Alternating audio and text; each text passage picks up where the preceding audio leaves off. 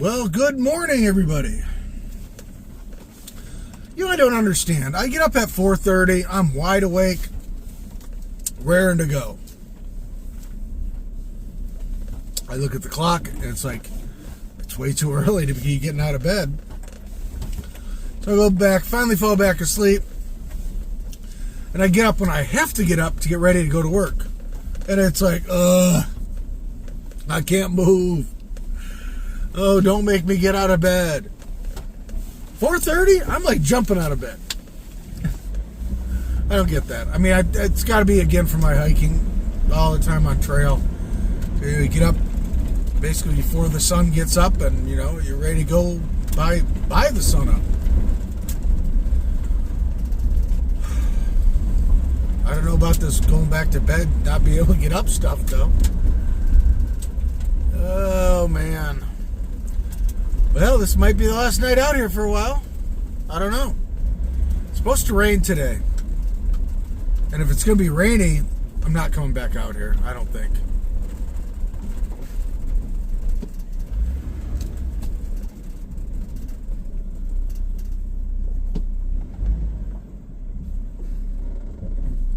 Yeah, it looks like they were shooting up the car. I can't tell, but it looks like I see some holes in it.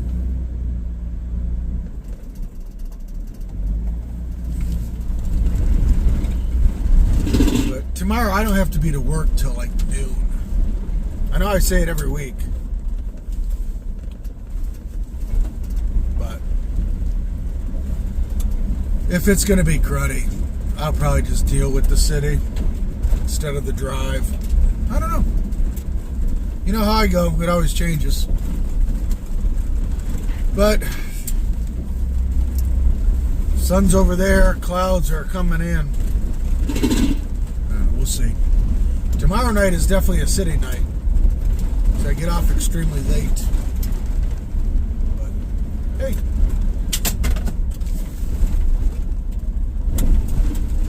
What that was? Something fall. I don't know. All right, well, we'll figure it out on the flip side.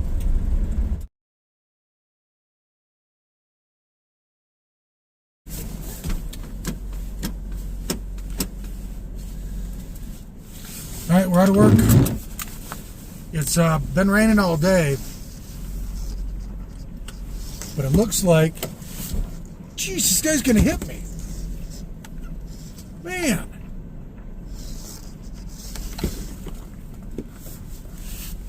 You about just hit me. But anyways, it's starting to sun up. So I don't have to be to work till noon tomorrow. We're heading to the woods. Because either way, I got stuff to make cheesesteaks if we can't hang out outside the van. I got meat, I got cheese, I got bread. So yeah, either way, we're going to have a nice night. So let's get this evening started. Well, all right, folks, we are obviously back in the woods. And I'm so glad I came out here tonight for two reasons. I don't have to get up early. I don't have to go to work till almost noon. So I can hang out here, drive into the city, and not have to worry about where I'm parked. It's a lovely evening. So glad I'm here. Probably going to be my last night for quite a while. I'll still come out here occasionally, but tomorrow morning will be the last time I have to drive to work from here. Because if I come out here again, it'll be on like my Friday night and my Saturday night, and then I'll be back in town and then park somewhere else in a different forest for my Sunday night. So when I go to work on my Monday, it's not a long drive. Another reason I'm really glad I came out here tonight. So when I came in, the same people were messing with that vehicle that had moved it around, and they had pulled it quite a ways. And I couldn't really tell what they were doing with it. Again, didn't want to be involved. Parked, set up camp, and I don't know if, excuse me, when I was parking and still inside, what happened. But I saw, as soon as I came out, I saw 2 sheriff trucks pass by. Well, I saw the first one. I kind of walked down, figured he'd come say hi to me. He didn't. You know, I'm in a perfectly legal camping spot, so it's fine. But I thought, why isn't he checking on that car over there? There are people over there. Well, then I saw another sheriff's truck pull back past. Okay. Well, then a few minutes later, first sheriff's truck passes. The truck that was over there passes, and then the other sheriff truck is right behind him. I really think they dumped their car there, hoping it to get trashed. I'm pretty sure they were the people coming all the time to check on it. But now there's some kind of monstrosity down there. It was too dark to take a picture. I can't even tell what it is. So in the morning, hopefully it's there. It's like some big metal round thing with something off the side. I couldn't even tell what it was. It's too dark. So I'm guessing the sheriff may have stopped, saw the guy mess with the truck, talked to him. I don't know. I have no clue. But that thing has given me so many thoughts over the last few weeks and months, or however long it's been here. It's been there a long, long time. I was going to try to come up with a good story tonight, but you know what? I'm just happy to be out here in a beautiful evening. For the last time I come out to this Forest Service area for a while. And it's nice and beautiful.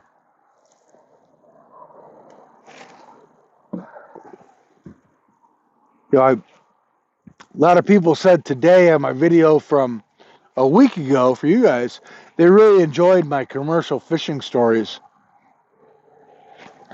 And I wanted to tell you a story, but I think I may have told you it before.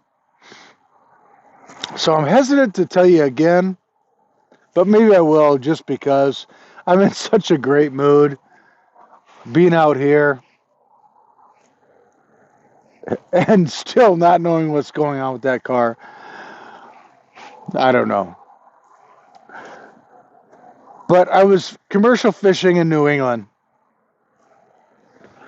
and the owner wanted me to go down to Florida. So, of course, I get on the plane, fly to Florida, and I'm going to be deck boss on this boat that I've never worked on. The captain doesn't know me. The owner knows me, but he's sending me as a deck boss to a captain. And now, a deck boss is in charge of basically everything below the captain. So the owner is sending me down there and telling his captain, Ricky Naves, who I loved, he taught me so much. Hey, here's your new deck boss. He's never met me. You know, he doesn't know me from anybody. So I fly to Boston, into Tampa.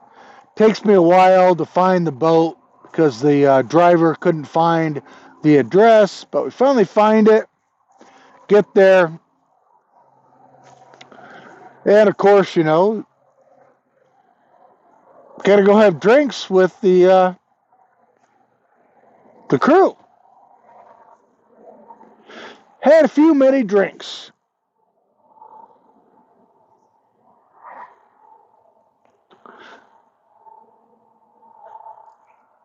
Next morning, you know, Cap's yelling, "Hey, get the fudge out of bed, buddy."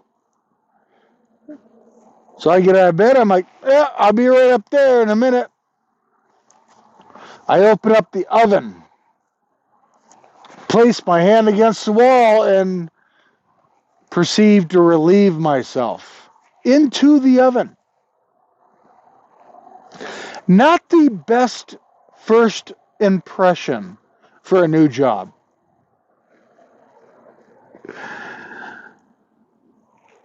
Cap's yelling down. I'm like, "I'll be right up." Well, let me tell you. Obviously, I cleaned the living heck out of the oven. And we get underway, head out of port, heading to the fishing grounds.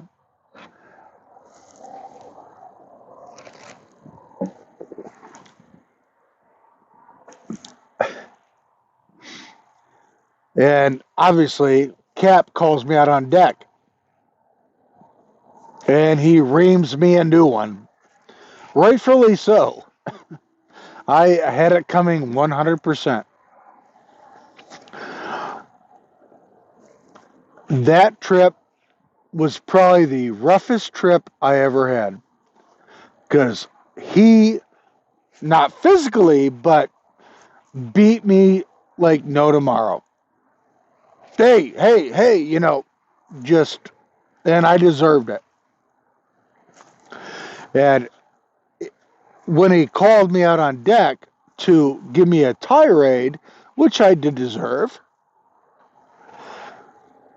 he told me I've left people at the dock, I've fired them, everything you can think of. And that trip was hard. I felt like the whipping boy. And again, deserved because of what I did. The funny thing was, Ricky, my captain, and I became the very best of friends. And after that trip, the second trip went much better. Third trip, better. I proved my worth. Ricky took me on as, his first mate. And we became great friends again. Later on, he started, as friends do, telling stories of his time at sea. Now, this man stole a boat at the age of like 13, 14 because the captain didn't show up, and he decided, I'm going to take the boat out myself with the crew. The owner called it in stolen. After a couple days fishing, Ricky finally contacted the owner over the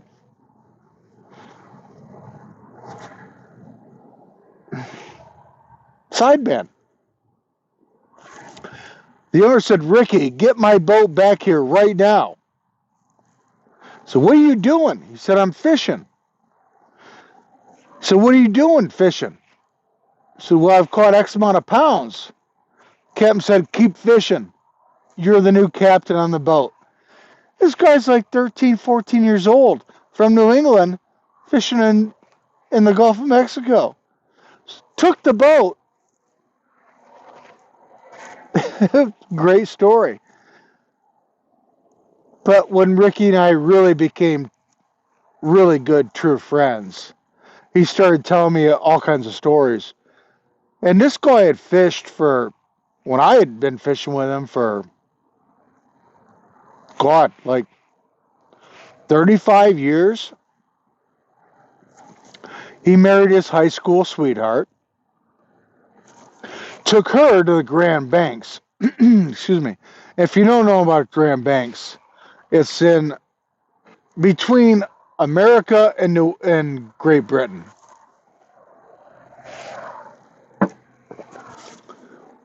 Off of Newfoundland. It's a hard place to fish.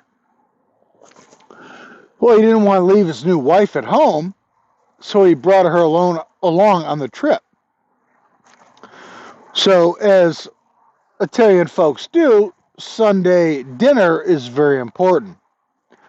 So his new wife decided she was going to try to make, pasta on Sunday. And by the way, Ricky told me my meatballs were better than his mother and grandmother's. I was sworn to secrecy, but I think they're both passed, so nothing wrong. But unfortunately, Ricky's new wife obviously doesn't have sea legs, even though it took about a week, 10 days to get to the fishing grounds. And she's trying to make sauce and meatballs and pasta. Ricky's up top, and all of a sudden hears everything clang and blah, blah, blah. He runs down below to the galley and finds his wife. The sauce is here on the floor. The pasta's there on the floor. Meatballs there on the floor. And she's crying, and Ricky's like, "Hun, don't worry about it. Pick it back up, put it in a bowl. The guys will never know." Again, it's commercial fishing. You're happy to eat, let alone to have somebody try to make you a home-cooked meal, per se, in the middle of the ocean. Even though I was first mate on the boat, deck boss, I did the same thing on Sundays because most of the crew I had was Italian. So I'd do the same thing. I'd do meatballs and some sauce and pasta and and bread, so that everybody had a really nice meal on, that day of the week. It's a Sunday. Even though on a commercial fishing boat, it doesn't matter what day it is, you're still going to be working hard. But I always try to do that. But he told me so many more stories, and maybe I'll tell some more of those later on. But we became amazingly great friends. And, I became a very good deck boss. And we had another captain that came to the boat to work. And I thought I was going to lose my spot as deck boss. We got two captains, me. I'm getting bumped down. And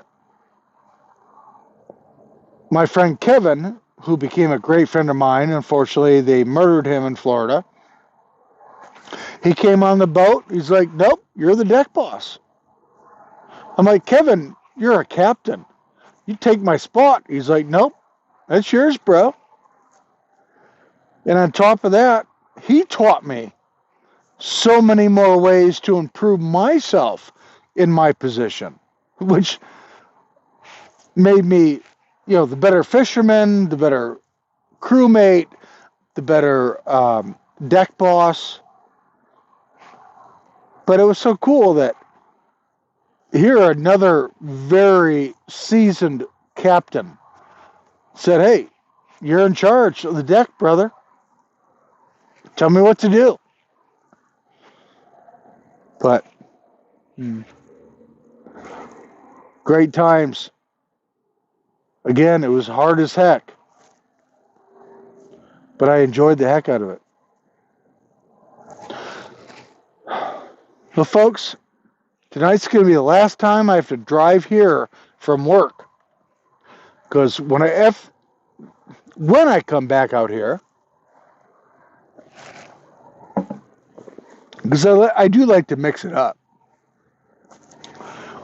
I'll come out on, like, I think I already said this. I think I'm repeating myself. But, oh well.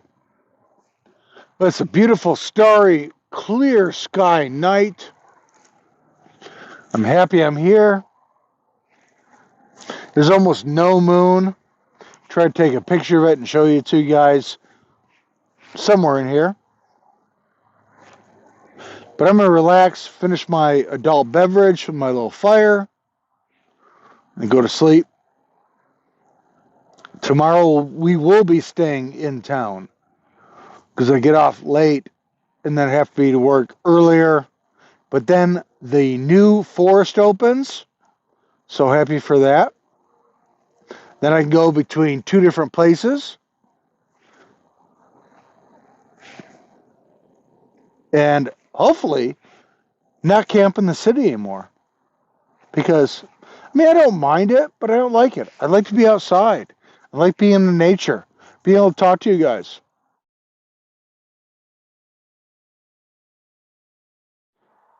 All right, there you go. There's a picture of the moon. So anyways, you guys have a great morning, evening, afternoon, wherever you are. I appreciate it. And thank you for watching, commenting, liking, sharing, subscribing. As always, it helps the channel, and I appreciate it. And we'll see you tomorrow on Jellybean Outdoors. We'll cook something. I'm kind of in the mood for a fish sandwich. So maybe tomorrow, fish sandwiches. But I get out very late, so not sure. But anyways, we'll see you tomorrow on Jellybean Outdoors.